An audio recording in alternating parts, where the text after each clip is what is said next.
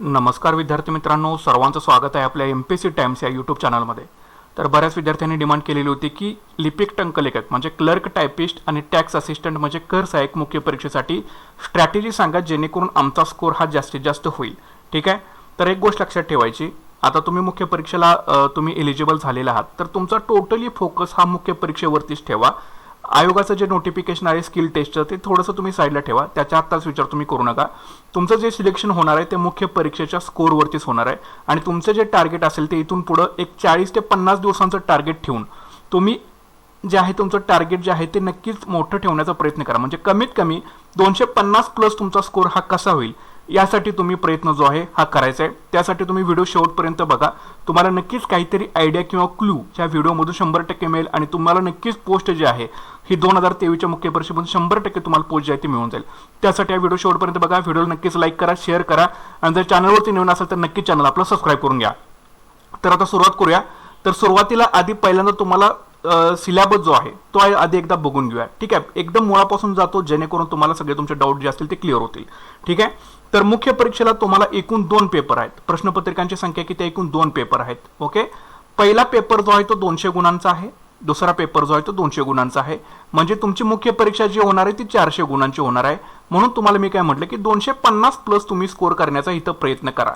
250 plus score करण्याचा प्रयत्न करा. कसा करायचा तर त्यासाठी हा व्हिडिओ शेवटपर्यंत बघा, तुम्हाला नक्कीच काहीतरी आउटपुट जे आहे ते व्हिडिओ तुम्हाला देऊन जाईल. ठीक आहे. तर आता याच्यामध्ये डिवायडेशन सुद्धा त्यांनी प्रश्नांचं करून दिलेलं आहे, अतिशय सोपं करून दिलेलं आहे. पहिला पेपर आहे मराठी आणि इंग्रजीचा. ओके. आणि दुसरा पेपर आहे सामान्य अध्ययन आणि बुद्धिमत्ता चाचणी. लक्षात ठेवा पेपरला काय नाव दिलेलं आहे, बुद्धिमत्ता चाचणी. याचा अर्थ तुम्हाला बुद्धिमत्तेवरती जास्त प्रश्न येऊ शकतात. ठीक आहे. क्लिअर झाला पहिला डाऊट. बुद्धिमत्तेवरती दुसऱ्या पेपरला तुम्हाला जास्त प्रश्न येऊ शकतात. हे सुद्धा तुम्हाला सांगितलं की काय करायचं नेमकं. तर बघा, आता हे पेपर क्रमांक 1 झाला, पेपर क्रमांक 2 झाला. 200 गुणांचे 2 पेपर आहेत, एकूण 400 गुणांची मुख्य परीक्षा होणार आहे. पहिला पेपर आहे मराठी इंग्रजीचा, दुसरा पेपर आहे सामान्य अध्ययन आणि बुद्धिमत्ता चाचणीचा. आता मराठीचे तुम्हाला 50 प्रश्न विचारणार आहेत. ओके. मराठीचे 50 प्रश्न विचारणार आहेत आणि इंग्रजीचे 50 प्रश्न विचारणार आहेत. म्हणजे प्रत्येक प्रश्न हा तुम्हाला 2 मार्काला राहणार आहे. ओके. 50 प्रश्न याचे झाले, 50 प्रश्न याचे झाले. प्रत्येक प्रश्न जो आहे हा तुम्हाला जो आहे तो एकूण 2 मार्काला राहणार आहे. ठीक आहे. म्हणजे 50 दोन्ही 100 आणि 50 दोन्ही 100. म्हणजे मराठीचे 100 गुणाला 100 मार्क आहेत आणि इंग्रजीचे 100 मार्क आहेत. हिथं आता एक काम तुम्ही करायचं आहे, मराठीचा जास्तीत जास्त स्कोर हा तुमचा 40 प्लस. तुमचे प्रश्न हे बरोबरच यायला पाहिजेत, काहीही होऊ दे, दुनिया इकडचे तिकडे होऊ दे, हिथं 40 प्लस तुमचा स्कोर हा बरोबर यायला पाहिजे. म्हणजे यायला पाहिजे, डोळे झाकून सुद्धा जरी विचारलं तरी तुम्हाला 40 प्लस तुमचा स्कोर हा बरोबर यायला पाहिजे. आणि येतोच. काही काही मुलं आउट ऑफ आउट सुद्धा घेतात, काही काही मुलांचा स्कोर हा 45 प्लस असतो. जास्तीत जास्त स्कोर करण्याचा त्याच्यामध्ये प्रयत्न करा, जास्तीत जास्त स्कोर करण्याचा 100% तुम्ही प्रयत्न करा. आणि इंग्रजीमध्ये कमीत कमी ॲटलिस्ट 25 ते 30 प्लस तुमचा स्कोर कसा जाईल, किंवा ॲटलिस्ट 25 प्लस तरी तुमचा स्कोर कसा जाईल, किंवा 30 प्लस तुमचा स्कोर कसा जाईल यासाठी तुम्हाला प्रयत्न करायचे आहेत. बरं, ते प्रयत्न कसे करायचे आहेत हे सुद्धा तुम्हाला व्हिडिओमध्ये सांगेन. व्हिडिओसोबत फक्त कनेक्टेड राहा. ठीक आहे. दुसरा पेपर आहे सामान्य अध्ययन आणि बुद्धिमत्ता चाचणीचा. याचे 100 प्रश्न असतील, एक प्रश्न 2 मार्काला असेल आणि एकूण 200 गुण तुम्हाला याचे असतील. ठीक आहे. तर याच्याबद्दल सुद्धा आपल्याला डिस्कस करायचं आहे. तर प्रत्येक चुकीच्या उत्तरामागे तुम्हाला 25% गुण तुमचे वजा केले जातील. म्हणजे 1/4 निगेटिव्ह मार्किंग आहे, ना की 1/3. म्हणजे एक चुकला की तुमचे 0.25 जे असतील हे तुमच्या बरोबर मधले जे असतील ते मायनस होऊन जातील. ठीक आहे. 0.25 निगेटिव्ह मार्किंग आहे. तर एखाद्या प्रश्नाची एकापेक्षा अधिक उत्तरे दिली असल्यास अथवा ज्या उमेदवाराने उत्तरपत्रिकेत पूर्ण वर्तुळ चिन्हांकित केलं नसेल अशा प्रश्नाचे उत्तर चुकीचे समजण्यात येऊन त्या प्रश्नाच्या उत्तराकरता 25% किंवा 1/4 एवढे गुण सुद्धा तुमचे गुणामधून वजा कमी करण्यात येतील. ठीक आहे. एकापेक्षा जर अधिक तुम्ही गोल्ड केले तर ते सुद्धा जे आहे ते निगेटिव्ह मध्येच पकडलं जाईल. म्हणजे एकच तुम्हाला उत्तर देणं गरजेचं आहे. तर वरील प्रमाणे कार्यपद्धतीचा अवलंब करताना एकूण अंतिम गुणांची बेरीज अपूर्णांकात आली तरीही ती अपूर्णांकामध्येच राहील आणि पुढील कार्यवाही त्याच्या आधारे केली जाईल. ठीक आहे. म्हणजे तुमचा समजा स्कोर हा 127.25 आला तर हा तुमचा स्कोर तेवढाच राहील, त्याला पूर्णांकामध्ये गणण्यात येणार नाही. म्हणजे त्यानुसार तुमचं कट ऑफ जे आहे ते लागत जाईल. एखाद्या प्रश्नाचे उत्तर अनुत्तरित असेल तर अशा प्रकरणी नकारात्मक गुणांची पद्धत लागू असणार नाही. हा फार महत्वाचा पॉईंट आहे, लक्षात ठेवायचं. जर तुम्हाला एक प्रश्न येतच नाही आणि तुम्ही सोडवलंच नाही तर त्याच्यामध्ये तुमचे निगेटिव्ह गुण जे आहेत ते लागू होणार नाही, त्याला निगेटिव्ह गुण जे असणार ते नसणार आहेत. ठीक आहे. तर आपल्याला परीक्षा योजना जी आहे ती समजली. आय होप तुम्हाला सर्वांना परीक्षा योजना समजलेली असेल. आता पुढे वळूया. तर हा आता सिलेबस काय बघूया. तर परीक्षा पद्धत तुम्हाला समजा सिलेबस बघा. तर मराठीसाठी त्यांनी काय दिलेलं आहे साधारणपणे सर्वसामान्य शब्दसंग्रह, वाक्यरचना, व्याकरण, म्हणी, वाक्प्रचार यांचा अर्थ, उपयोग तसेच उत्तरावरील प्रश्नांची उत्तरे. म्हणजे याच्यामध्ये एक उत्तरा सुद्धा तुम्हाला समाविष्ट असणार आहे. ठीक आहे, एक उत्तरा सुद्धा तुम्हाला दिला जाईल आणि त्याच्यावरचे तुम्हाला मल्टिपल चॉईस क्वेश्चन विचारले जातील. ठीक आहे, म्हणजे एक उत्तर असणार हे तर तुम्ही कन्सिडर करून चला. म्हणी असणार, वाक्प्रचार असणार, म्हणजे शब्दसंग्रह तरी आहेच. ठीक आहे, इथं दिलेलं जातो ऑलरेडी त्यांनी शब्दसंग्रह आहे आणि प्लस इथं व्याकरण आहे. ओके, व्याकरण आहे म्हणजे व्याकरण प्लस व्होकॅब्युलरी तुम्हाला मराठीची करायची आहे, प्लस कॉम्प्रिहेन्शन वरचा सुद्धा प्रश्न तुम्हाला त्याच्यावरती असणार आहे. इंग्रजीचं सुद्धा सेम आहे. Common vocabulary, sentence structure, grammar, use of idioms and phrases असणार आहेत, देअर मिनिंग असणार आहेत, कॉम्प्रिहेन्शन ऑफ पॅसेज असणार आहेत. म्हणजे इथं सुद्धा तुम्हाला म्हणी आणि वाक्प्रचार या फिक्स असणार आहेत, लक्षात ठेवायचं आहे. म्हणी आणि वाक्प्रचार फिक्स असणार आहेत. आणि समान शब्दसंग्रह म्हणजे काय, समानार्थी शब्द असेल, विरोधार्थी शब्द असेल, हे सुद्धा भानगडी याच्यामध्ये तुम्हाला असणारच आहेत. तर हा झाला मराठी आणि इंग्रजीचा अभ्यासक्रम. पुढे दुसरा पेपर जो आहे सामान्य क्षमता चाचणीचा, त्याच्यामध्ये आपल्याला काय काय विचारणार आहे तर सामान्य बुद्धिमापन आणि आकलन. उमेदवार किती लवकर आणि अचूकपणे विचार करू शकतो आजमावण्यासाठी प्रश्न. दुसरा आहे चालू घडामोडी, याच्यामध्ये जागतिक तसेच महाराष्ट्रासह भारतातील तिन्ही पार्ट्समध्ये तुम्हाला विचारतील. अंकगणित आणि सांख्यिकी असणार आहे. माहितीचा अधिकार अधिनियम 2005 ॲज अपडेटेड आणि महाराष्ट्र लोकसेवा हक्क अधिनियम 2015. त्याच्यानंतर भारतीय संघ राज्य व्यवस्था, भारतीय राज्यघटना, स्थानिक स्वराज्य संस्था म्हणजे पंचायत राज पण आहे, कार्यकारी मंडळ, न्यायमंडळ आणि विधिमंडळ इत्यादी. तर याच्यामध्ये घटना कशी तयार झाली, घटनेच्या प्रस्तावनेमागची भूमिका, तत्वे, घटनेची महत्त्वाची कलमे, ठळक वैशिष्ट्ये, केंद्र राज्य संबंध, निधर्मी राज्य, मूलभूत हक्क, कर्तव्ये, राज्याच्या धोरणाची मार्गदर्शक तत्वे, शिक्षण, युनिफॉर्म सिव्हिल कोड, स्वतंत्र न्यायपालिका, राज्यपाल, मुख्यमंत्री, मंत्रिमंडळ, कर्तव्य, अधिकार, कार्य, राज्य विधिमंडळ, विधानसभा, विधान परिषद, त्याचे सदस्य, अधिकार, कार्य, कर्तव्ये, विधी समित्या इत्यादी. हे कशासाठी सांगतोय तर हे तुम्हाला नंतर कळेल, ऐकून घ्या. आधुनिक भारताचा विशेषतः महाराष्ट्राचा इतिहास, याच्यामध्ये सामाजिक आणि आर्थिक जागृती हे 1885 ते 1947 पर्यंत याच्यासाठी स्पेशली पिरियड दिलेला लक्षात ठेवायचा आहे. महत्त्वाच्या व्यक्तींचं कार्य, समाजसुधारकांचं कार्य, स्वातंत्र्यपूर्व भारतातील सामाजिक जागृतीतील वर्तमानपत्रे, शिक्षणाचा परिणाम, स्वातंत्र्यपूर्व काळातील इतर समकालीन चळवळी आणि राष्ट्रीय चळवळी, हा इतिहासाचा सिलेबस आहे.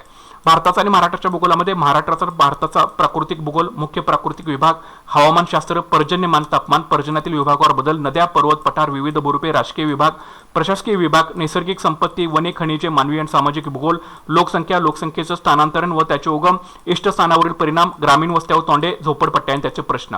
आणि याच्यामध्येच त्यांनी पर्यावरणाचा एक सेक्शन ऍड करून ठेवलेला आहे. मानवी विकास आणि पर्यावरण, पर्यावरणपूरक विकास, नैसर्गिक साधन संपत्तीचं संधारण, विशेषतः वन संधारण, विविध प्रकारचे प्रदूषणे, पर्यावरणीय आपत्ती, पर्यावरण संवर्धनामध्ये कार्यरत असलेल्या राज्य, राष्ट्र, जागतिक पातळीवरच्या संघटना. नंतर 8वा विभाग आहे सामान्य विज्ञानाचा, याच्यामध्ये भौतिकशास्त्र, रसायनशास्त्र, प्राणीशास्त्र, वनस्पतीशास्त्र. ह्याला ना कुठले सब पॉईंट दिले आहेत, ना कुठले चॅप्टर दिलेले आहेत, डायरेक्ट विषयाची नावं दिलेली आहेत, तुमचं तुम्ही बघून घ्या असं आयोगाने याच्यामध्ये सांगितलंय. नंतर दूरसंवेदन, हवाई आणि ड्रोन छायाचित्रण, भौगोलिक माहिती प्रणाली, त्याचं उपयोजन, remote sensing, aerial drone photography, geographical information system and its application etcetera, आणि माहिती व संप्रेषण तंत्रज्ञान, इन्फॉर्मेशन अँड कम्युनिकेशन टेक्नॉलॉजी, असे महत्त्वाचे मुद्दे या सामान्य विज्ञान या घटकामध्ये आयोगाने जे आहेत ते सांगितलेले आहेत. म्हणजे चॅप्टर विषयाची नावं त्यांनी सांगितलेले आहेत आपल्याला. त्याच्यानंतर 9वा विषय जे होतं अर्थशास्त्र, नियोजन आणि विकास विषयक अर्थशास्त्र. तर याच्यामध्ये बघा समग्र लक्ष्य अर्थशास्त्र आणि भारतीय अर्थव्यवस्था असे त्यांनी 2 एकूण घटक केलेले आहेत. तर समग्र लक्ष्य अर्थशास्त्र, वृद्धी आणि विकास, सार्वजनिक वित्त, आंतरराष्ट्रीय व्यापार आणि आंतरराष्ट्रीय भांडवल असे एकूण 4 महत्त्वाचे सेक्शन्स त्यांनी समग्र लक्ष्य अर्थशास्त्रामध्ये टाकलेले आहेत. आणि भारतीय अर्थव्यवस्थेमध्ये भारतीय अर्थव्यवस्थेची आव्हाने, आर्थिक सुधारणा, भारतीय शेती आणि ग्रामीण विकास, सहकार, मौद्रिक व वित्तीय क्षेत्र, सार्वजनिक वित्त आणि वित्तीय संस्था, उद्योग आणि सेवा क्षेत्र, पायाभूत सुविधा विकास, आंतरराष्ट्रीय व्यापार आणि भांडवल आणि महाराष्ट्राची अर्थव्यवस्था अशी एकूण 1.4 सेक्शन ह्याच्यामध्ये आहेत. आणि 2.1 to 2.9 म्हणजे जवळपास 9 जे सब पॉईंट्स आहेत ते भारतीय अर्थव्यवस्थेमध्ये त्यांनी आपल्याला सिलेबसला सांगितलेलं आहे. ठीक आहे, तर अतिशय डिटेलमध्ये सिलेबस जो आहे तो त्यांनी अर्थव्यवस्था, नियोजन किंवा विकास विषयक अर्थशास्त्राचा टाकलेला आहे. तर सिलेबस बघितल्यानंतर तुम्हाला लक्षामध्ये यायला पाहिजे की कशावरती भर असणार आहे. ज्याचा डिटेलमध्ये अतिशय सिलेबस दिलेला आहे लक्षात ठेवायचं. आणि ह्यामधले चॅप्टर्स तुम्हाला त्याच्यावरती प्रश्न जे आहे हे आयोग 100% तुम्हाला प्रश्न ह्या चॅप्टरवरतीच तुम्हाला प्रश्न विचारणार आहे. आता कुठल्या चॅप्टरवरती आयोग प्रश्न तुम्हाला विचारेल ह्याची तुम्हाला डायरेक्ट लिस्ट सांगतो. सगळ्यात आधी ते चॅप्टर्स करून घ्यायचे आणि मग नंतर बाकीच्या विषयाला जे उरतात चॅप्टर ते नंतर त्या विषयाला तुम्ही हात घालायचा. ठीक आहे, क्लिअर आहे. पुढच्या 50 दिवसाचं टार्गेट तुम्हाला सांगतोय की जे चॅप्टरला आधी आपल्याला फोकस करायचा आहे ते चॅप्टर आधी करून घ्यायचे आणि नंतर उरलेल्या चॅप्टरला तुम्हाला हात घालायचा आहे. तर आता एकूण 3 तुम्ही सेक्शन डिवाइड करा. तुमच्या अभ्यासाचं एकूण 3 डिवायडेशनमध्ये तुम्हाला पार्ट जे आहेत ते करायचे आहेत. पहिल्या गटामध्ये मराठी आणि इंग्रजी राहील, कारण इथं तुम्हाला 200 मार्क आहेत, पहिला पेपर आहे. इथं जास्तीत जास्त स्कोर करण्याचा तुम्हाला प्रयत्न करा, म्हणून तुम्हाला ऑलरेडी सांगितलंय. मराठीला 40+ तुमचा स्कोर हा व्हायला पाहिजे. ओके, 40+ म्हणजे 40+ प्रश्न तुमचे सुटायला पाहिजेत. ठीक आहे, म्हणजे एक प्रश्न 2 मार्काला आहे, म्हणजे जवळपास 80 ते 85+ तुमचा स्कोर हा मराठी आणि इंग्लिशमध्ये व्हायला पाहिजे. इथं तुम्ही अर्धी लढाई जिंकून जाल. ठीक आहे, अर्धी लढाई हिथंच तुम्ही जिंकून जाल. आणि इंग्रजीला कमीत कमी तुमचा स्कोर कमीत कमी 30 प्रश्न तरी तुमचे सुटले पाहिजेत. अशा पद्धतीने इंग्रजीची तुम्ही तयारी करा. नक्कीच तुमची अर्धी लढाई, अर्ध्यापेक्षा जास्तच लढाई तुम्ही इथे जिंकून जाल. ठीक आहे, 200 मार्क आहेत, कारण हे महत्वाचे आहेत. म्हणजे एक सेक्शन याचा दिवसाचे 3 पार्ट करायचे अभ्यासाचे. पहिला पार्टमध्ये मराठी आणि इंग्रजीचाच अभ्यास करायचा. दुसऱ्या पार्टमध्ये गणित, बुद्धिमत्ता, सांख्यिकी, चालू घडामोडी, माहितीचा अधिकार अधिनियम, महाराष्ट्र लोकसेवा हक्क अधिनियम, दूरसंवेदन, हवाई, ड्रोन, छायाचित्रण, भौगोलिक माहिती प्रणाली, त्याचं उपयोजन, माहिती संप्रेषण तंत्रज्ञान आणि पर्यावरण, हा दुसरा पार्ट झाला तुमच्या अभ्यासाचा. ठीक आहे, तिसऱ्या पार्टमध्ये इतिहास, भूगोल, राज्यघटना, सामान्य विज्ञान आणि अर्थशास्त्र. यामधले भूगोल आणि राज्यशास्त्र जे आहेत याचे मार्क्स अजिबात आपल्याला सोडायचे नाहीत. इथं जास्तीत जास्त स्कोर करण्याचा तुम्ही 100% प्रयत्न करायचा. तुमचे इतिहासामधले सुद्धा मार्क जाणार नाहीत, सामान्य विज्ञानामधले मार्क जाऊ शकणार नाहीत, अर्थशास्त्रामध्ये सुद्धा मार्क जाऊ शकणार नाहीत. तुम्हाला नक्कीच या 3 विषयांमध्ये तरी ऍटलीस्ट 55% स्कोर हा तुम्हालाचा नक्की होईल. का होईल? कारण मी जे तुम्हाला चॅप्टर सांगणार आहे त्या चॅप्टरवरचेच तुम्हाला आयोग जास्तीत जास्त प्रश्न तुम्हाला आता मुख्य परीक्षेला विचारू शकता. आधी ते चॅप्टर्स तुम्ही क्लिअर करून घ्या आणि नंतर मग उरलेले चॅप्टर्स तुम्ही त्याच्याकडे बघायचे आहे. ठीक आहे, पेपर 2 ला आपल्याला एकूण 9 घटक आहेत. तर आपण असं कन्सिडर केलं एकूण 100 प्रश्न आपल्याला विचारणार आहेत पेपर 2 ला. ठीक आहे, प्रत्येक घटकावरती त्यांनी 10 ते 12 जरी प्रश्न विचारले, ठीक आहे, तरी सुद्धा आपल्याला तो अतिशय सुंदर पद्धतीने त्याचा अभ्यास जो आहे तो आपल्याला करता येईल. ठीक आहे, तर असं कन्सिडर करून घेऊया की 10 ते 12 प्रश्न म्हणजे गणित, बुद्धिमत्ता, सांख्यिका मिळून एकूण 10 ते 12 प्रश्न याचे विचारू शकतात. किंवा जर ह्याला वेटेज आयोगाने जास्त दिलं, समजा 15 प्रश्न किंवा 20 प्रश्न जर याचे गणित आणि बुद्धिमत्ता, कारण 100 प्रश्न विचारायचे आहेत आयोगाला. म्हणजे जसं कंबाईनच्या पूर्व परीक्षेला विचारलं होतं की 20 प्रश्न डायरेक्ट त्यांनी गणित आणि बुद्धिमत्तेवर विचारलं, तर ते कदाचित मुलांना बाहेर काढण्यासाठी इथं 20 प्रश्न सुद्धा तुम्हाला गणित आणि बुद्धिमत्तेचे विचारू शकतात. पण याच्या सुद्धा आपल्याकडे एक तोड आहे, कारण तो तोड कसा आहे की तुम्हाला प्रॅक्टिस करणं. ते तुम्हाला सुद्धा महत्त्वाचे चॅप्टर सांगेन की त्याचीच प्रॅक्टिस करायची, त्यामध्येच तुम्हाला प्रश्न जास्तीत जास्त तुम्हाला दिसू शकतात. ठीक आहे, तर आता डायरेक्ट विषयाकडे म्हणजे 3 सेक्शन तुम्हाला डिवायडेशन करायचं आहे. ह्यामधून जास्तीत जास्त स्कोर करण्याचा प्रयत्न करा. इथं 200 पैकी कमीत कमी तुमचा स्कोर आता 30 दुनी 60 म्हणजे एक 150+ तरी तुमचा स्कोर इथे व्हावा. कमीत कमी 150+ तुमचा स्कोर इथं व्हावा, यासाठी तुम्हाला तयारी करायची आहे. ह्यातला दिवसातला मॅक्झिमम वेळ तुम्ही मराठी आणि इंग्रजीला द्या. ठीक आहे, समजा 8 तास तुम्ही अभ्यास करताय, 8 तासाचं तुम्ही डिवायडेशन 3 तासामध्ये तुम्हाला टोटली जे आहे ते म्हणजे 3 पार्ट्समध्ये त्याचं डिवायडेशन तुम्हाला करावं लागेल. ठीक आहे, 3 पार्ट्समध्ये याचं डिवायडेशन करावं लागेल. तर समजा 2.5 तास तुम्ही 2.5 ते 3 तास मराठी आणि इंग्रजी करा. ठीक आहे, 2.5 ते 3 तास. उरलेले जे 2 ते 2.5 तास असतील थोडासा टाइम वाढवा, काय फरक नाही पडत. 50 दिवसामध्ये एकदा पोस्ट मिळाली की नंतर लाईफ सेटलमेंटच आरामात आहे. नंतर पुढचे 2.5 तास तुम्हाला मॅथ्स आणि रिझनिंग आणि प्लस त्यामधून तुम्ही बोर झाला की चालू घडामोडी वाचायचं, माहितीचा अधिकार अधिनियम वाचायचा, महाराष्ट्र लोकसेवा हक्क अधिनियम वाचायचाच आहे तुम्हाला. ठीक आहे, वाचा, जितक्या वेळा वाचाल तितक्या वेळा लक्षात राहील. ठीक आहे, नंतर दूरसंवेदन, हवाई, ड्रोन, छायाचित्रण, माहिती संप्रेषण तंत्रज्ञान, पर्यावरण, नुसतं हे वाचायचं आहे तुम्हाला. ठीक आहे, म्हणजे 2.5-3 तास समजा तुम्ही मराठी इंग्रजी करताय, 3 तास तुम्ही 2.5 ते 3 तास तुम्हाला हा दुसरा सेक्शन करायचा आहे. आणि उरलेला 3 तास जो आहे हा तुम्हाला फक्त गट क चा सेक्शन करायचा आहे. म्हणजे याच्यामध्ये इतिहास, भूगोल, राज्यघटना, सामान्य विज्ञान, अर्थशास्त्र असं तुम्ही एक साधारणपणे 8 ते 9 तास तरी तुमचा अभ्यास होणं इथून पुढे अपेक्षित आहे. आणि अपेक्षा म्हणजे ते व्हायलाच पाहिजे, तरच तुम्ही जी ग्रुप सी ची परीक्षा आहे, क्लर्क टायपिंग असेल किंवा टॅक्सेशन असेल ती तुम्ही क्रॅक करू शकाल. ठीक आहे, तर असे 3 पार्ट्समध्ये तुमचं डिवायडेशन जे आहे इथून पुढे तुमचं व्हायला पाहिजे. आता याच्या पुढे जाऊन आपण आता डायरेक्ट तुम्हाला पहिलं तर सांगितलं, आता डायरेक्ट तुम्हाला विषयामध्ये हात घालतो की एक्झॅक्टली तुम्हाला करायचं काय, कुठल्या चॅप्टरवरती तुम्हाला भर द्यायचा आहे. ठीक आहे, तर आता बघा, मराठी व्याकरण याच्या आधी जर वाचलं असेल तर तुम्हाला हे काहीच वाटणार नाही. जर तुम्ही नवीनच असाल आणि तुम्ही मेन्सला क्वालिफाय झालाय, लकीली काय होईना तुम्ही मेन्सला क्वालिफाय झाला असेल, काटावर जरी क्वालिफाय झाला असेल तर तुम्हाला ही चॅप्टरची लिस्ट थोडीशी मोठी वाटू शकते. पण प्रश्न ह्याच्यावरतीच येतात, लक्षात ठेवायचं आहे. मराठी व्याकरण, वर्ण विचार, संधी, शब्दांच्या जाती, नामे, लिंग विचार, वचन विचार, विभक्ती, सामान्य रूप, सर्वनामे, विशेषणे, क्रियापद विचार, क्रियाविशेषण अव्यय, शब्दयोगी अव्यय, उभयान्वयी अव्यय, केवळ प्रयोगी अव्यय, वाक्य विचार, विभक्ती, प्रयोग, शब्दांचं व्याकरण चालवणे, पद परिस्फोट त्याला म्हटलं जातं, समास, शब्दसिद्धी, वाक्य संश्लेषण, वाक्य रूपांतर, वृत्ते, भाषेचे अलंकार, विरामचिन्हे, वाक्प्रचार, म्हणी आणि समानार्थी शब्द. ओके, समानार्थी विरोधार्थी शब्द जे काय असेल ते हे व्होकॅब्युलरीमध्ये जातात. तर हे चॅप्टर्स फार महत्त्वाचे आहेत मराठी व्याकरणासाठी. ठीक आहे, आधी चॅप्टरची नावं तुम्हाला सांगत होते, ज्याचं वाटलं तर स्क्रीनशॉट करून घ्या. हे चॅप्टर तुम्हाला डोळे झाकून आधी करायचे. सगळ्यात आधी महत्त्वाचं हे चॅप्टर करून घ्यायचे तुम्हाला.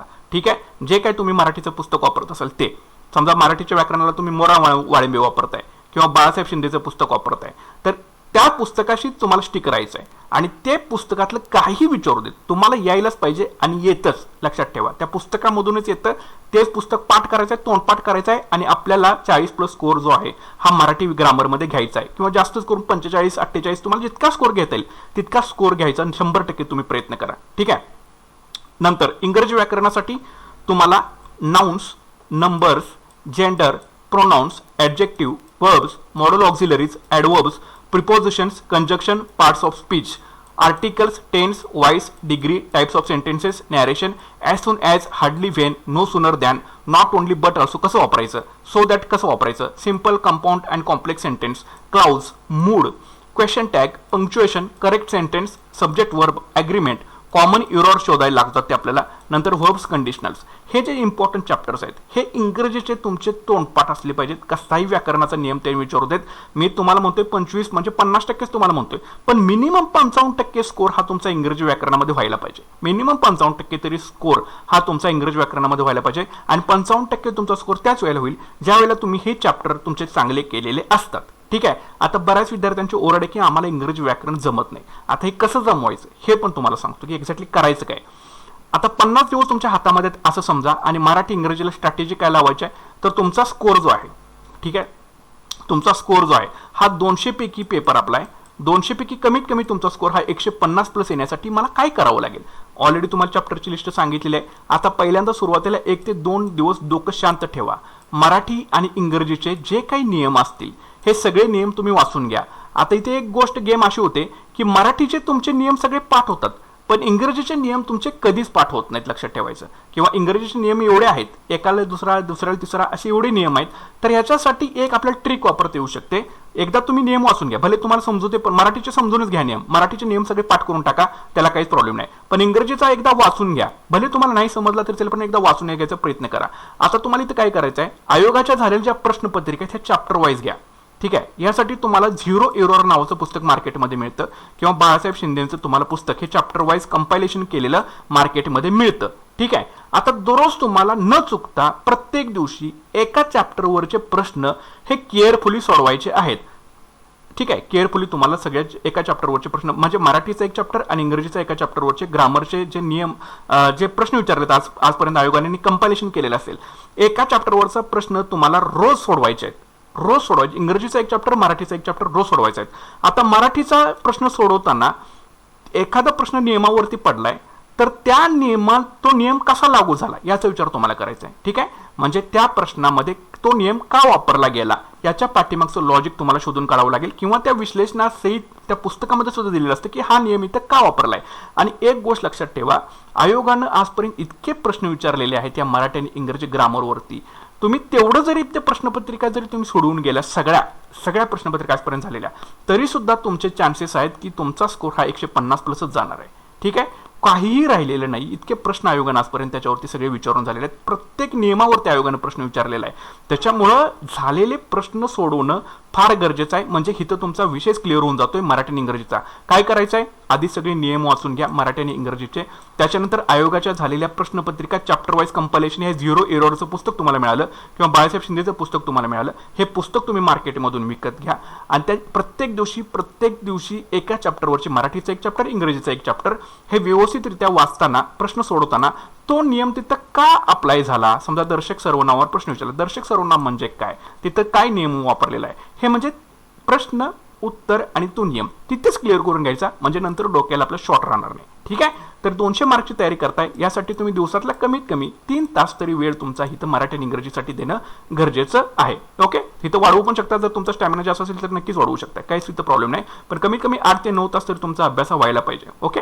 नंतर हे इथं दररोज आता तुम्हाला व्होकॅब्युलरी सुद्धा याच्यामध्ये करायचं, लक्षात ठेवायचं आहे. म्हणी असतील, वाक्प्रचार असतील, शब्दसमूहाबद्दल एक शब्द असेल, समानार्थी शब्द असतील, म्हणजे सिनोनाइम्स असेल, अँटोनिम्सवरती जास्त विचारत नाहीत, पण शक्यतो समानार्थी शब्दावरती इंग्रजीवरती तर जास्त प्रश्न विचारतात, किंवा मराठी ग्रामरवरती पण समानार्थी मराठी याच्यावर विषयावरती समानार्थी शब्द जास्त विचारतात. इडिओम्स असेल, फ्रेजेस असेल, शब्दसमूहाबद्दल एक शब्द असेल, हे तुम्हाला नक्कीच इथं वाचावं लागेल. ठीक आहे, म्हणजे इडिओम्स, फ्रेजेस, वन वर्ड सबस्टिट्यूशन, तर व्होकॅब्युलरी सुद्धा तुमची स्ट्रॉंग करावी लागेल. आता समजा मराठीचे ते 50 प्रश्न विचारणार आहेत, इंग्रजीचे 50 प्रश्न विचारणार आहेत, तर या 50 मधले कमीत कमी ऍटलिस्ट 7 ते 8 प्रश्न तरी तुमच्या व्होकॅब्युलरीवरतीच असणार आहेत. ओके, म्हणजे इथं किती होणार आहेत, 8 2 16, एक प्रश्न 2 मार्क आहे ना, म्हणजे 16 मार्कची व्होकॅब्युलरी आणि ही 16 मार्कची व्होकॅब्युलरी, म्हणजे जवळपास 30 ते 32 तुमचे प्रश्न मार्कची तयारी तुम्ही तुमची व्होकॅब्युलरी मधून केली पाहिजे.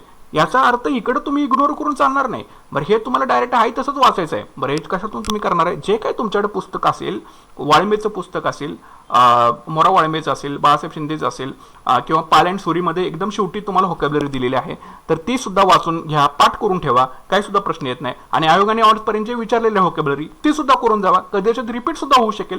त्याच्यामुळं गोष्टी व्यवस्थित मी सांगतोय ते केअरफुली ऐका आणि हे इम्प्लिमेंट करण्याचा 100% सर्वांनी प्रयत्न करा. निश्चितच तुमचा ह्या पहिल्या पेपरला स्कोर 150 प्लस जाईल. यासाठी तुम्हाला पहिल्यांदा नियम शांत डोक्याने वाचून घ्या.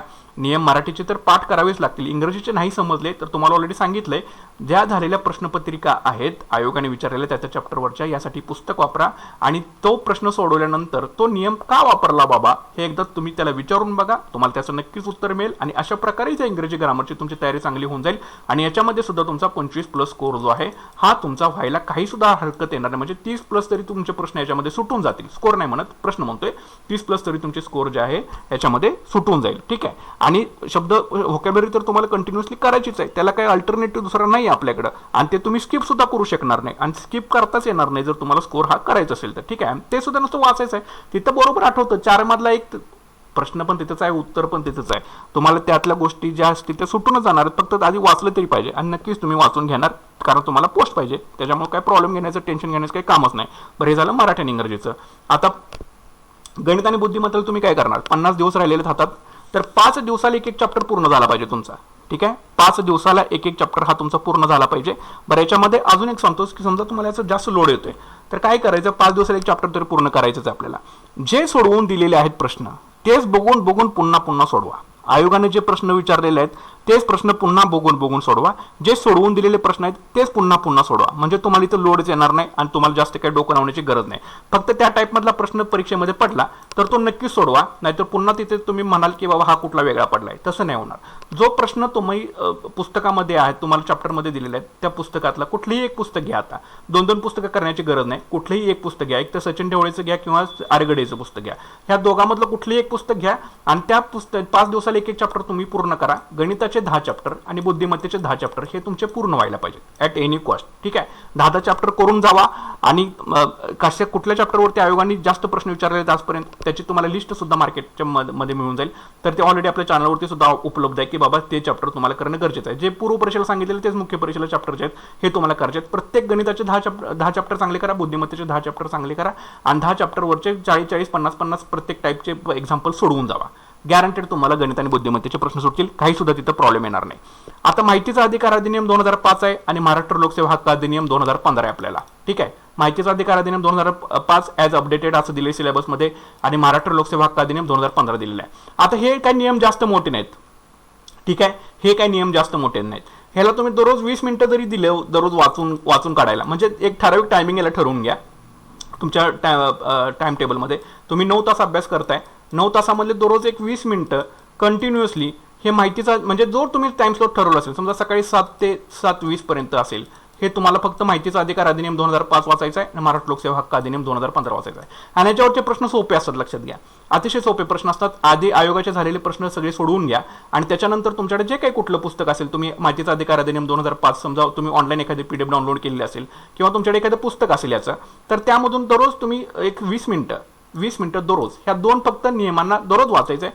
सारखं वाचायचं. ठीक आहे, सारखं वाचत चला, अंडरलाईन करा त्यांना पॉईंटला, म्हणजे हे तुमचं पाठच होऊन जाईल. पाठच होऊन जाते 50 दिवसामध्ये आरामामध्ये पाठच होऊन व्हायला पाहिजे, ह्याला काहीच प्रॉब्लेम येणार नाही. ठीक आहे, तर ह्याचे सुद्धा तुमच्यामध्ये स्कोर जो आहे हा याच्यामध्ये तो सुद्धा तुम्हाला स्कोर हा आणता येईल. त्याच्यामुळे पाठ करून ठेवा, काहीच याला प्रॉब्लेम नाही. 20 मिनिटं तुम्हाला याच्यात डेली द्यायचे आहेत. आता पुढचा इतिहास विषयामध्ये जाऊया. इतिहास विषयाचा तुम्हाला मी सिलेबस सांगितलेला आहे आधी की इतिहास विषयाचा सिलेबस काय आहे. सामाजिक आणि आर्थिक जागृती 1885 ते 1947, महत्त्वाच्या व्यक्तींचं कार्य, समाज सुधारकांचं कार्य, स्वातंत्र्यपूर्व भारतातील सामाजिक जागृतीतील वर्तमानपत्रे, शिक्षणाचा परिणाम, स्वातंत्र्यपूर्व काळातील इतर समकालीन चळवळी आणि राष्ट्रीय चळवळी. हा आपल्याला दिलेला सिलेबस आहे ग्रुप सीच्या परीक्षेला. ओके, सिलेबस दिलेला आहे. आता मी जे स्ट्रॅटेजी राबवतोय, जे कोणी फॉलो केली असेल स्ट्रॅटेजी, त्यांचं अर्ध्यापेक्षा काम जे आहे, अर्ध काम तर ऑलरेडी संपलेलं आहे. ओके, अर्ध काम संपलेलं आहे. याचं कारण का म्हणतोय, कारण हा पहिला चॅप्टर बघा, सामाजिक जागृती. ओके, 1885 ते 1947. ओके, सामाजिक जागृती जी काय असेल ती, आणि एक दुसरी आहे ती आर्थिक जागृती. ठीक आहे, तर असं ह्या, आणि इथं बघा समकालीन चळवळी, राष्ट्रीय चळवळी. ओके, तर तुम्हाला समजलं चळवळीचं चॅप्टर मी आधी सुरुवातीला का घेतले होते, यासाठी तुम्हाला म्हणतोय की चॅनलला आपलं सबस्क्राईब करून घ्या. तुम्हाला असल्या माहिती कोण सांगणार नाहीत. लवकरात लवकर चॅनल सबस्क्राईब करून घ्या, व्हिडिओला लाईक करत चला. तर आता सामाजिक आणि आर्थिक जागृती, सामाजिक जागृतीबद्दल बघू. ठीक आहे, सामाजिक जागृती म्हणजे काय, आपलं ज्या काही सामाजिक आणि धार्मिक सुधारणा चळवळी आपण घेतल्या होत्या.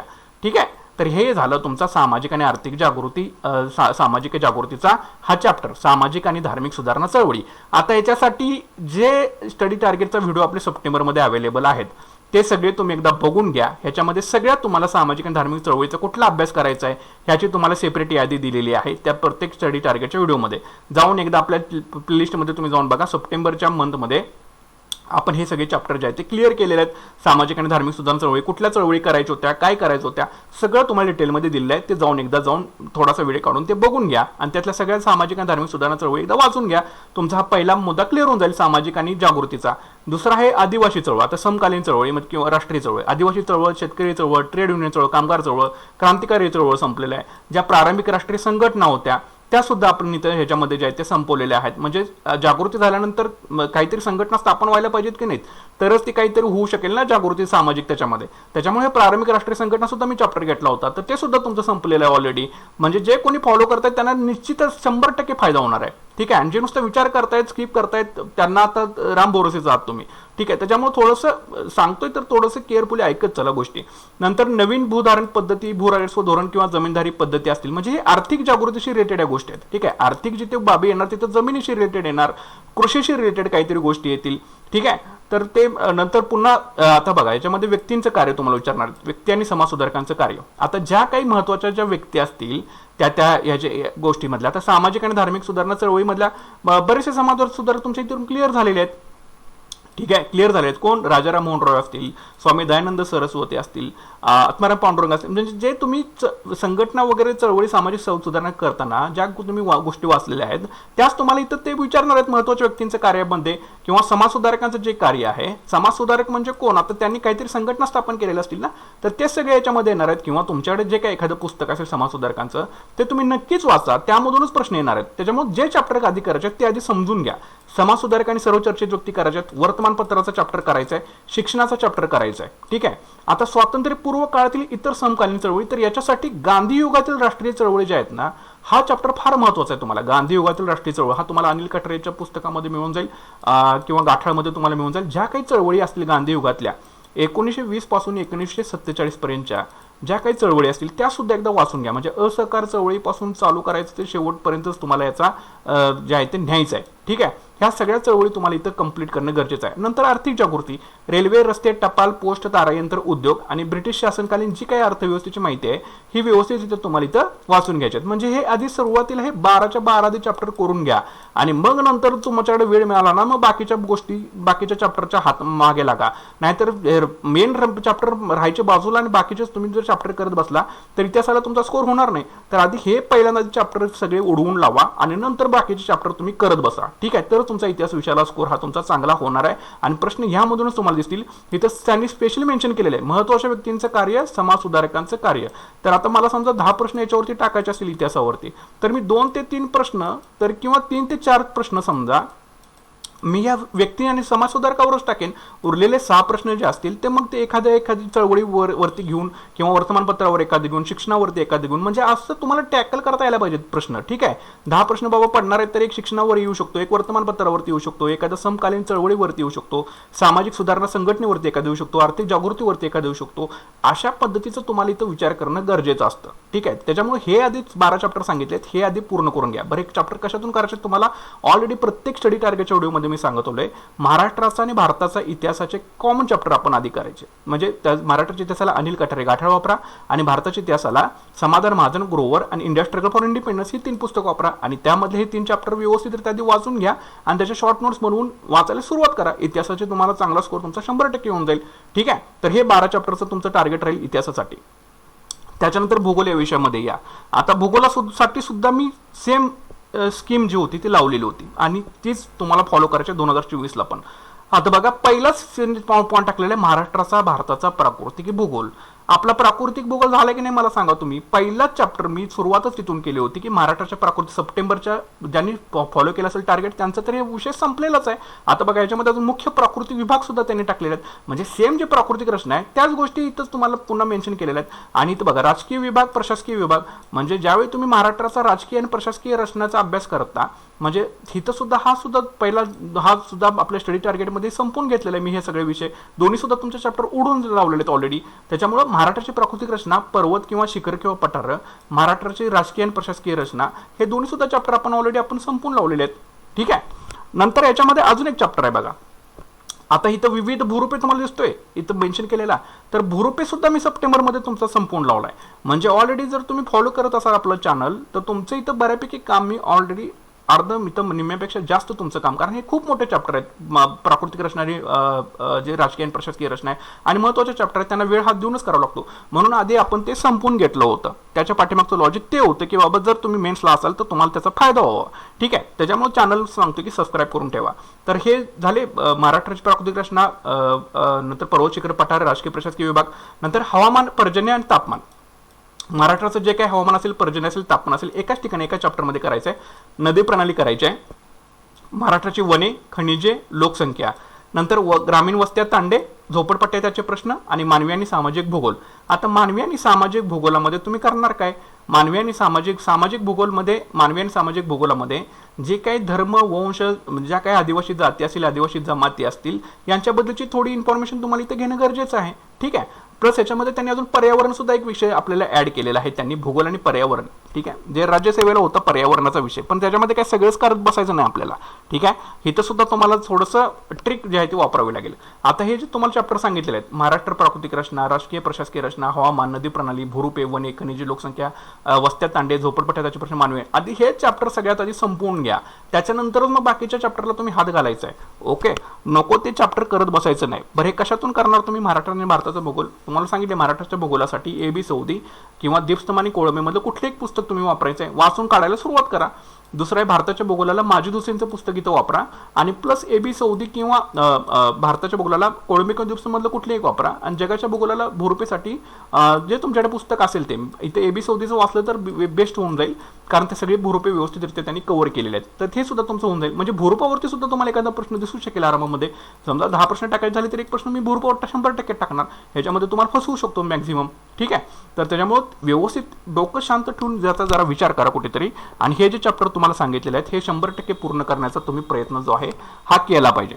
ठीक आहे, तर हे झालं भूगोलाच्या बाबतीमध्ये. तर आधी सगळ्यात आधी हे चॅप्टर करायचे आहेत आणि यासाठी संदर्भ पुस्तक सुद्धा तुम्हाला सांगितलेले आहेत आणि जास्तीत जास्त प्रश्न उत्तर कसे आलेले त्याचा सुद्धा तुम्ही विचार करा, कारण हा भूगोला स्कोरिंग विषय आहे, याच्यातले मार्क्स घालून आपल्याला अजिबात चालणार नाही. ठीक आहे, नंतर पर्यावरणामध्ये मानवी विकास आणि पर्यावरण पूरक विकास, नैसर्गिक साधन संपत्तीचे संधारण, विशेषतः वन संधारण हे तुमचं कशामध्ये होऊन जाईल तर महाराष्ट्राची जी वन असतील किंवा भारताची वने असतील ह्याच्यामध्ये तुमचं वन संधारण होऊनच जाणार आहे.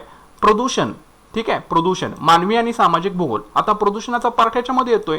ठीक आहे, लक्षात ठेवा.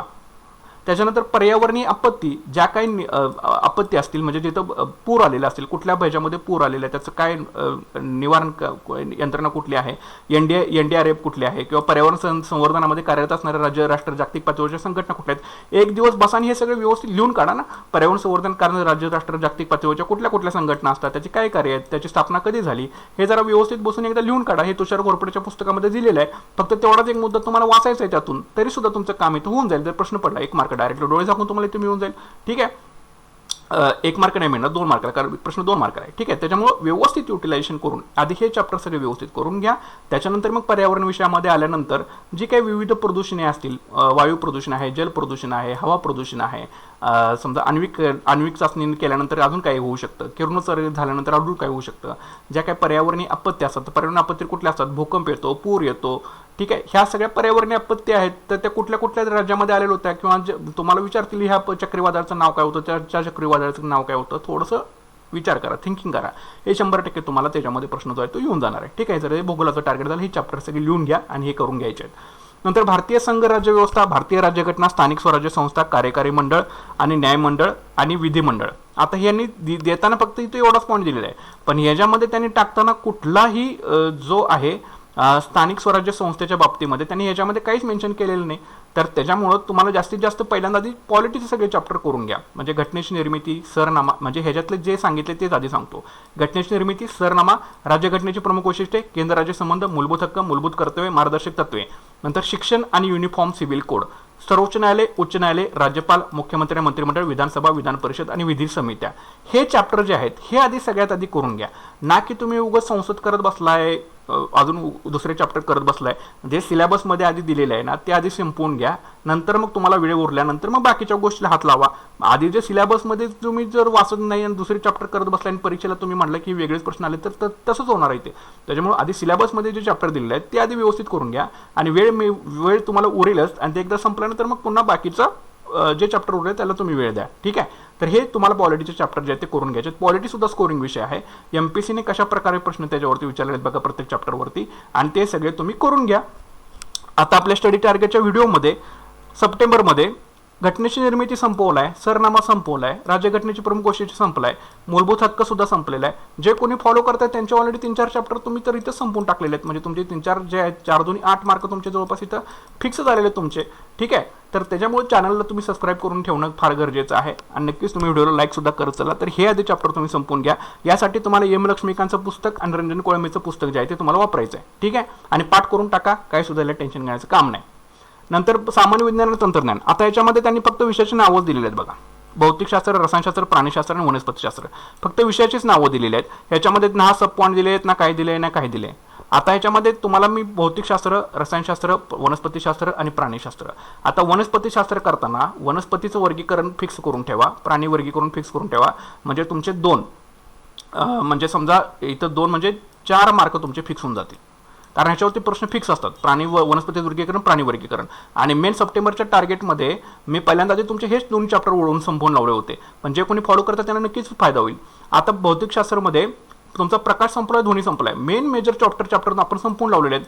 त्याच्यामुळे जे कोणी नुसते मी फॉलो करतो म्हणतायत आणि त्यांनी फॉलो केलं नसेल तर त्यांना फटका बसणार आहे. कारण आता तुमचा वेळ जो आहे तो तुम्हाला ह्याच्यामध्ये युटिलाइज करावा लागणार आहे. म्हणून चॅनलशी आपल्या कनेक्टेड राहा म्हणतो, त्याचा तुम्हाला नक्कीच फायदा, बेनिफिट जो आहे तो मिळणार आहे. तर भौतिकशास्त्रामध्ये मापन पद्धती, ध्वनी, प्रकाश, गती, बल, कार्य, ऊर्जा, शक्ती, दाब, गुरुत्वाकर्षण, उष्णता, चुंबकत्व, विद्युतधारा, किरणोत्सार, इलेक्ट्रॉनिक्स आणि स्नायूचे यांत्रिक गुणधर्म आणि उष्मागतिकी हे 14 चॅप्टर तुम्हाला फिजिक्समध्ये करावे लागतील. रसायनशास्त्रामध्ये वेदद्रव्यांचा अणुसंतरण, मूलद्रव्याचा आवर्त वर्गीकरण, आम्ल आम्लारी, संयुग निर्मिती, रासायनिक अभिक्रिया, दैनंदिन जीवनातील रसायनशास्त्र, धातू अधातू, कार्बनी, सेंद्रिय संयुगे, किरणोत्सारिता, पेट्रोलियम इंधने हे तुम्हाला एकूण 10 चॅप्टर रसायनशास्त्रामध्ये करावे लागतील. आणि वनस्पतीशास्त्रामध्ये वनस्पती वर्गीकरण, वनस्पती होती, उच्चवर्गीय वनस्पतीतील प्रकाशनाची प्रक्रिया, वनस्पतीमधील श्वसन, वनस्पतीतील वाढ आणि विकास, सपुष्प वनस्पतींचे बाह्यवैशिष्ट्यीकरण, सजीवातील पुनरुत्पादन, वनस्पतीमधील वहन, वनस्पतीपेशी हे एकूण 9 चॅप्टर जे आहेत ते वनस्पतीशास्त्रामध्ये करावे लागतील. आणि प्राणीशास्त्रामध्ये प्राणी वर्गीकरण, प्राणीपेशी, प्राणीहोती, सजीवांचे वर्गीकरण एकूण 4 चॅप्टर तुम्हाला करावे लागतील. आता मेन्सला आपल्याला मानवी आरोग्यशास्त्र त्यांनी ठेवलेलं नाही, त्याच्याऐवजी त्यांनी दूरसंवेदन, हवाई ड्रोन, छायाचित्रण, भौगोलिक माहिती प्रणाली आणि त्याचं उपयोजन म्हणजे remote sensing, aerial and drone photography, graphic, geographic, information system and its application आणि माहिती संप्रेषण तंत्रज्ञान, इन्फॉर्मेशन कम्युनिकेशन टेक्नॉलॉजी असे 2 त्यांनी मुद्दे हे सायन्समध्येच टाकलेले आहेत. ठीक आहे, आणि या सगळ्यांच्यावर मिळून तुम्हाला एक 10-15 प्रश्न येऊ शकतात. ठीक आहे. सगळ्यांच्यावर मिळून तुम्हाला एकूण 10 ते 15 म्हणजे कमीत कमी 15 प्रश्न तरी टाकतीलच, कारण त्यांना माहिती आहे की सायन्स बऱ्याच मुलांचं वीक असतं. त्याच्यामुळे आपल्याला त्यांना जर मेन्समधून बाहेर काढायचं असेल तर आपल्याला सायन्सवरती जास्त फोकस ठेवायला पाहिजे. मग त्यांनी फोकस ठेवला तर तुम्हाला मी ऑलरेडी चॅप्टरची नावं सांगून दिलेली आहेत. आता हे चॅप्टर्स आधी सगळ्यात आधी तुम्हाला करावे लागतील पूर्ण, आणि त्याच्यानंतरच मग तुम्हाला बाकीचे जे चॅप्टर्स असतील ते तुम्हाला पूर्ण करावे लागतील. ठीक आहे. तर याच्यामुळं सायन्सला थोडासा वेळ द्या, थोडंसं वेटेज जास्त आहे, आणि इंटरेस्ट घेऊन सायन्सची प्रिपरेशन जे आहे ती तुम्ही करा. तुम्हाला नक्कीच याच्यामध्ये सुद्धा स्कोर हा जास्तीत जास्त तुम्हाला करता येऊ शकेल. जर तुम्ही याच्या आधी वाचलं नसेल तर मग थोडंसं डिफिकल्ट होऊन जाईल, पण शक्यतो कॉन्सन्ट्रेशन देऊन तुम्हाला करावं लागेल, कारण 100 मधले कमीत कमी 15 प्रश्न जे असतील हे सायन्सवरती राहतील. 15 प्रश्न हे सायन्सवरती राहतीलच, आणि हा सुद्धा तुमचा डिसाइडिंग फॅक्टर ठरेल की तुम्हाला ग्रुप सी मधून पोस्ट मिळणार की नाही मिळणार. त्याच्यामुळे ह्या विषयाचा सुद्धा तुम्हाला थोडासा विचार करावा लागेल. ठीक आहे. तर हे झाले सायन्सचे चॅप्टर. हे चॅप्टरमधून तुम्हाला प्रश्न जे असतील ते आयोग जे आहे ते विचारू शकतो. त्याच्यामुळे ह्या चॅप्टरवरती जास्तीत जास्त तुम्ही भर द्या. आणि शेवटचा जो घटक आहे तो आहे अर्थव्यवस्था, नियोजन आणि विकास विषयक अर्थशास्त्र. तर याच्यामध्ये एकूण 2 सेक्शन आयोगाने ठेवलेले आहेत. एक म्हणजे समग्र लक्ष्य अर्थशास्त्र आणि दुसरा म्हणजे भारतीय अर्थव्यवस्था. समग्र लक्ष्य अर्थशास्त्र, वृद्धी आणि विकास, सार्वजनिक वित्त, आंतरराष्ट्रीय व्यापार आणि आंतरराष्ट्रीय भांडवल असे एकूण 4 महत्त्वाचे चॅप्टर त्यांनी समग्र लक्ष्य अर्थशास्त्रामध्ये टाकलेत. आणि भारतीय अर्थव्यवस्थेमध्ये भारतीय अर्थव्यवस्था, भारतीय अर्थव्यवस्थेची आव्हाने आणि आर्थिक सुधारणा, भारतीय शेती, ग्रामीण विकास, सहकार, मौद्रिक आणि वित्तीय क्षेत्र, सार्वजनिक वित्त, वित्तीय संस्था, उद्योग आणि सेवा क्षेत्र, पायाभूत सुविधा विकास, आंतरराष्ट्रीय व्यापार आणि भांडवल आणि महाराष्ट्राची अर्थव्यवस्था असे एकूण 9 चॅप्टर त्यांनी ह्या दुसऱ्या भारतीय अर्थव्यवस्थे या घटकामध्ये दिलेले आहेत. आता याच्यामध्ये सिलेबसमध्ये बघितल्यानंतर एक गोष्ट लक्षात येते आपल्याला की सार्वजनिक वित्त आणि आंतरराष्ट्रीय व्यापार आणि आंतरराष्ट्रीय भांडवल हा यांनी याच्यामध्ये पण टाकलाय समग्र लक्ष्य अर्थशास्त्रामध्ये. आणि भारतीय अर्थव्यवस्थेमध्ये सुद्धा सार्वजनिक वित्त आणि वित्तीय संस्था आणि प्लस आंतरराष्ट्रीय व्यापार आणि आंतरराष्ट्रीय भांडवल अरे इकडे पण टाकलाय. मग याच्यामुळं काय होणार आहे, ह्या विषयांना ह्या चॅप्टरना आयोगाचं वेटेज हे जास्त राहणार आहे. सिंपल गोष्ट आहे. त्याच्यामुळे करताना आधी तुम्हाला हे चॅप्टर करावे लागतील, ना की तुम्ही बाकीचे चॅप्टर करत बसला तर कसं होणार. त्याच्यामुळे थोडंसं डोकं लावा बाबा. सार्वजनिक वित्त आणि आंतरराष्ट्रीय व्यापार, आंतरराष्ट्रीय भांडवल इकडे पण आहे, इकडे पण आहे. त्याच्यामुळे आधी मी करताना हे दोन्ही सुद्धा मी आधी करणार, चॅप्टर आधी समजून घेणार आणि हे मला परफेक्ट करणार आहे मी. त्याच्यानंतर मग बाकीचे मग चॅप्टरला हात घालणार आहे. ठीक आहे. बरं, आता करायचे चॅप्टर कुठले बघा.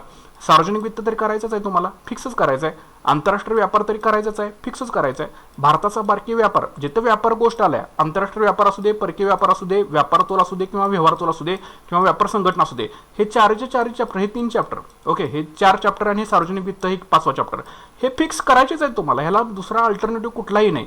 दुसरा आहे सहकार दिले, सहकार चळवळीचा चॅप्टर हा तुम्हाला फिक्स करायचाच आहे. पुन्हा सेवा क्षेत्र दिलेलं आहे, इथे बघा सेवा क्षेत्र दिलेलं आहे, सेवा क्षेत्र फिक्सच करायचं आहे. पुन्हा उद्योग क्षेत्र दिलेलं आहे, उद्योग क्षेत्र फिक्सच करायचं आहे. पुन्हा पायाभूत सुविधा विकास दिलेला आहे, म्हणजे पायाभूत संरचना विकासाचा चॅप्टर तुम्हाला फिक्सच करायचा आहे, लक्षात ठेवा. त्याच्यानंतर मौद्रिक आणि वित्तीय क्षेत्र, मौद्रिक असेल किंवा वित्तीय क्षेत्र असेल, म्हणजे जे काही बँकिंग रिलेटेड आहे ते सुद्धा तुम्हाला इथं करायचं आहे. बँकिंगशी रिलेटेड सुद्धा तुम्हाला चॅप्टर करायचे आहेत सगळे. त्याच्यानंतर भारतातील आर्थिक सुधारणा म्हणजे LPG, उदारीकरण, खाजगीकरण, जागतिकीकरण हा सुद्धा चॅप्टर तुम्हाला करायचाच आहे. ठीक आहे. मग भारतीय शेती आणि ग्रामीण विकास, शेती लक्षात ठेवा, शेती म्हणजे काय, कृषी, अर्थशास्त्र रिलेटेड जो कृषीचा चॅप्टर आहे हा सुद्धा तुम्हाला करायचा आहे. म्हणजे हे चॅप्टर सगळ्यात आधी हे करून घ्या. सार्वजनिक वित्त, आंतरराष्ट्रीय व्यापार, भारताचा परकीय व्यापार, व्यापार तोल, जागतिक व्यापार संघटना, कृषी उद्योग, सहकार चळवळ, सेवा क्षेत्र, पायाभूत संरचना विकास, भारतातील आर्थिक सुधारणा आणि बँकिंग, सगळ्यात आधी हे चॅप्टर आधी संपून घ्या. नंतर मग उरलेल्या विषयाकडे तुम्ही जा. त्याच्यानंतर वृद्धी आणि विकास एक नावाचा चॅप्टर आहे, हा सुद्धा तुम्हाला कोळंबीमध्ये अतिशय सुंदर पद्धतीने दिलेला, लक्षात ठेवायचं, वृद्धी आणि विकास नावाचा. तर ॲटलिस्ट हे तरी 8-9 चॅप्टरच करायचे तुम्हाला.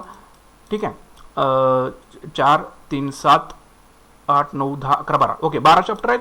12 चॅप्टर करायला किती वेळ लागणार तुम्हाला? जास्त वेळ लागत नाही.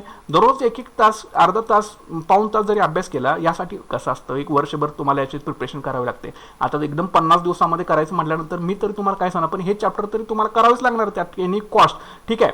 जर तुम्हाला हे नाही जमलं, ॲटलिस्ट त्याच्यावरचे प्रश्न उत्तर तरी सगळे वाचून जावा जे आयोगाने विचारलेले आहेत ते. ठीक आहे. किंवा तुम्हाला मार्केटमधून मिळाले काही ह्या चॅप्टरवरती प्रश्न उत्तर, सगळी वाचून जावा, काही सुद्धा प्रॉब्लेम येणार नाही. ह्याच्यावरतीच आयोग प्रश्न जे आहे ते विचारणार आहे. आयोगाने ऑलरेडी सांगितले सिलेबसला की बाबा आम्ही याच्यावरतीच प्रश्न विचारणार आहे, मग तुम्ही विनाकारण दुसरीकडे का तुम्ही टार्गेट ठेवून तुमचं चाललाय. त्याच्यामुळे हे चॅप्टर सगळ्यात आधी परफेक्टरित्या करून जावा. 100% तुमचा स्कोर हा 250+ तुमचा स्कोर जाईल 400 पैकी. आधी हे चॅप्टर चांगले करा आणि ह्याची स्ट्रॅटेजी हेच तुम्हाला व्हिडिओ असे आणि हे चॅप्टर आधी करायचे आहेत. त्यासाठी संदर्भ पुस्तक सुद्धा मी सगळे सांगितलेले स्टडी टार्गेटच्या व्हिडिओ तुम्ही जाऊन बघा. ह्या चॅप्टरवरती फोकस ठेवा, मॅक्झिमम प्रश्न उत्तराने तयार करा, तर तुमचं कॉन्फिडन्स लेवल नक्कीच वाढून जाईल. प्रश्न उत्तर जितके वाचतील तितके वाचा, महत्त्वाच्या शॉर्ट नोट्स बनवा. ह्या चॅप्टरवरचे महत्त्वाचे शॉर्ट नोट्स बनवा की बाबा ह्या मुद्द्यावर येऊ शकेल, ह्या मुद्द्यावर येऊ शकेल. प्रत्येक चॅप्टरमधले 4-4, 5-5, 4-5, 4-4, 5-5 जरी तुमच्या पॉईंट्स जरी डेली वाचत गेला तरी सुद्धा तुम्हाला चांगल्या पद्धतीनं आउटपुट जे आहे हे परीक्षेला नक्कीच मिळू शकेल. पण ही चॅप्टरची लिस्ट आधी सगळ्यात आधी करणं तुम्हाला फार गरजेचं आहे. विनाकारण नको तिथं गोष्टी, नको तिथं हार्डवर तुमचा टाईम वगैरे वेस्ट घालवू नका. तर मला हेच तुम्हाला या स्ट्रॅटेजीच्या माध्यमातून सांगायचं होतं की महत्त्वाचे चॅप्टर्स कुठले आहेत, त्यासाठी काय स्ट्रॅटेजी लावली पाहिजे. म्हणजे एकतरी वाचलं तरी पाहिजेच, पण त्यासोबत तुम्हाला MCQची प्रॅक्टिससुद्धा तुम्हाला करावी लागेल. आणि कुठल्या चॅप्टरवरती तुम्हाला भर दिला म्हणजे तुम्हाला तुमचा स्कोर हा 250+ जाऊ शकेल, त्यासाठी आपली ही व्हिडिओ आहे हा मला बनवणं गरजेचं वाटलं. त्यासाठी तुमच्यासाठी आपण ही स्ट्रॅटेजी आहे ही शेअर केलेली आहे. तर नक्कीच तुम्ही व्हिडिओला जास्तीत जास्त लाईक करून ठेवा. अजून चॅनलवरती अपडेट ह्याच्या संदर्भामध्ये येतीलच. ग्रुप C साठी अजून तुम्ही काय करू शकता, तर त्यासाठी चॅनल आपण नक्की सबस्क्राईब करून ठेवा. पण मी जे सांगितलेले चॅप्टर आहेत त्याला भर द्यायला सुरुवात करा. नक्कीच तुमचा स्कोर जो आहे हा अतिशय सुंदर पद्धतीने तुमचा स्कोर चांगला होईल आणि तुम्हाला नक्कीच एखादी पोस्ट जी आहे हे मिळून जाईल. फक्त स्वतःवरती विश्वास ठेवा, पॉझिटिव्ह माइंडसेट ठेवा आणि रेग्युलरली दररोजच्या दररोज थोडं थोडं वाचत चला. नक्कीच ते एक दिवस पूर्ण होणार आहे. ठीक आहे, एकदम सगळं संपवण्याचा प्रयत्न केला तर ते होणार नाही, प्रेशर येण्याचे चान्सेस राहतात. त्याच्यामुळे छोटी छोटी पावलं टाकायचे, हळूहळू चॅप्टर्स पूर्ण कर जायचे. हे सांगितलेले चॅप्टर्स आधी संपवून घ्या. आधी हा सिलेबस आहे हा संपवून घ्या, नंतर मग उरलेले चॅप्टर तुम्ही त्याला वेळ देऊ शकता. ठीक आहे, सो अशा प्रकारचे स्टडी टार्गेट आहे. आय होप तुम्हाला समजले असतील सगळ्या गोष्टी. नक्कीच व्हिडिओ लाईक करा, शेअर करा. चॅनलवरती नवीन असेल तर नक्कीच चॅनल आपलं सबस्क्राईब करून घ्या. भेटूयात पुढच्या व्हिडिओ सेशनमध्ये. Thanks for watching guys and all the best.